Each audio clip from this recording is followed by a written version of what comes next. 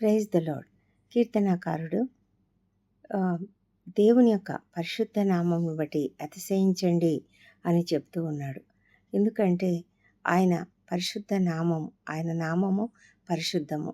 ఆ పరిశుద్ధ నామమును బట్టి మనం ఎంతగానో అతిశయించాలి. ఎందుకంటే అలాంటి దేవుడు ఎవరు కూడా లేరు. ఆయనే నిజమైన దేవుడు, సజీవుడైన దేవుడు, సర్వోన్నతుడు, సర్వాధికారి. సమస్తమును ఆయనకు సాధ్యము. ఆయనకు సాధ్యమైనది ఏది లేదు.